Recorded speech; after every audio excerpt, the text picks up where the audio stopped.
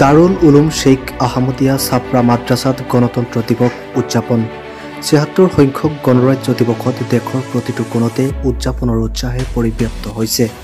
চাৰিওফালে পতাকা উত্তোলনৰ লগতে জনসাধাৰণে সংবিধানৰ সন্মান ৰক্ষা কৰিবলৈ পণ কৰিছে।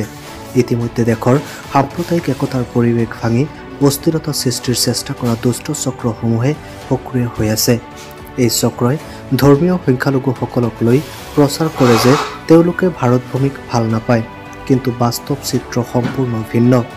গণৰাজ্য দিৱসৰ দিনা এই সংখ্যালঘুসকলৰ সৈতে দেশপ্ৰেমৰ এক আদৰ্শ উদাহৰণ দেখা যায়, য'ত এবুকু পানীৰ মাজত থাকিও তিৰঙা উত্তোলন কৰি ভাৰতৰ প্ৰতি গৌৰৱ প্ৰকাশ কৰে। প্ৰতি বছৰৰ দৰে এইবাৰো পশ্চিম বৰপেটাৰ জহুৰফাৰ্মস্থিত দাৰুল উলুম শেখ আহমদিয়া ছাপৰা মাদ্ৰাছাৰ উদ্যোগত গণৰাজ্য দিৱস উদযাপন কৰা হয়। অনুষ্ঠানত মাদ্ৰাছাৰ ছাত্ৰ ছাত্ৰীসকলে ৰাজপথত শৃংখলাবদ্ধভাৱে ৰেলী কৰি জাতিৰ একতা আৰু গণতান্ত্ৰিক চেতনাৰ বাণী প্ৰচাৰ কৰে।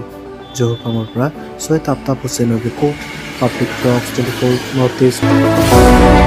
সকলোৱে জানো গোটেই ভাৰতবৰ্ষ জুৰি ২৬ জানুৱাৰী তাৰিখে গণতন্ত্ৰ দিৱস পালন কৰা হয় আৰু এই গণতন্ত্ৰ দিৱসৰ সকলোকে আমি আন্তৰিক অভিনন্দন জনাইছোঁ আৰু এই উদ্দেশ্যে আমি দাৰুল উলুম শেখ আহমদিয়া মাদ্ৰাছা ছাপৰাৰ তৰফৰ পৰাও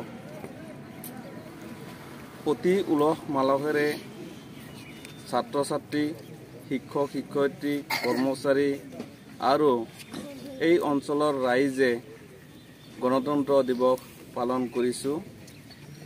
এই দিৱস ১৯৫০ চনৰ ২৬ জানুৱাৰীৰ পৰাই এতিয়ালৈকে পালন কৰি অহা হৈছে আৰু আগন্তুক সময়তো পালন কৰি থকা হ'ব। এইবাৰ হৈছে ৭৬তম গণতন্ত্ৰ দিৱস। আমি এই গণতন্ত্ৰ দিৱসৰ মূল্য সকলোৱে বুজা উচিত আৰু আজিৰ দিনটোত আমি সকলোৱে শপত ল'ব লাগে যে আমি গোটেই ভাৰতবৰ্ষৰ প্ৰত্যেকজন নাগৰিকে এই দিৱসৰ মৰ্ম উপলব্ধি কৰি সকলোৱে পালন কৰিম। ৭৬তম গণতন্ত্ৰ দিৱস উপলক্ষে আমি দাৰুল উলুম শেখ আহমদিয়া মাদ্ৰাছাৰ তৰফৰ পৰা এই গণতন্ত্ৰ দিৱস উদযাপন কৰিছোঁ আৰু যিসকল বাহিৰৰ সাংবাদিক আহিছে তেওঁলোকক আমি ধন্যবাদ জনাইছোঁ। লগতে আমাৰ ছাত্ৰ ছাত্ৰীসকলক ধন্যবাদ দিছোঁ, ষ্টাফৰ শিক্ষকসকলক আমি ধন্যবাদ জনাইছোঁ এই গণতন্ত্ৰ দিৱস পালনাৰ্থে। আশা ৰাখিছোঁ আগলৈ পালন কৰি থাকিব আৰু সমগ্ৰ ভাৰতবৰ্ষই এই গণতন্ত্ৰ দিৱসৰ যিটো মূল মৰ্যাদা গণতন্ত্ৰ सिस्टम तो बजाय रखेगा। सबसे पहले हम लोग यहाँ से निकलकर पूब जहारबम जहाँ जगह है वहाँ तक हम लोगों ने मार्च किया और हमारा मकसद यही था कि सब लोगों को यौम जमहूरिया के बारे में आगाह किया जाए ताकि सब लोग ये यौम जमहूरिया को पालन करें और इसका हमेशा से इसकी इज्जत करें। और इस दिन को हर मुसलमान को चाहिए, मुसलमान नहीं बल्कि पूरे हिंदुस्तानी जिस तरह मनाते हैं वो हर कोई इस दिन को यौम जमहूरिया को मनाए।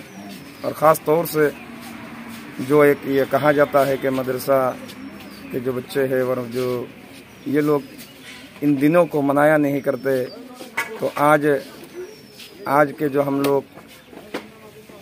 लोगों का काम था ये देखकर शायद लोगों को ये पता चल जाए, बोले नहीं जो ये टोपी और पंजाबी पहनने वाले लोग हैं ये लोग भी यौम जमहूरिया और यौम आज़ादी वगैरह को बहुत ही धूमधाम से मनाते हैं। बस इसी बात को हम लोगों के सामने रखने के लिए आज हम मदरसा से निकलकर पूब जहारबम तक घूम के आए और परेड करके आए।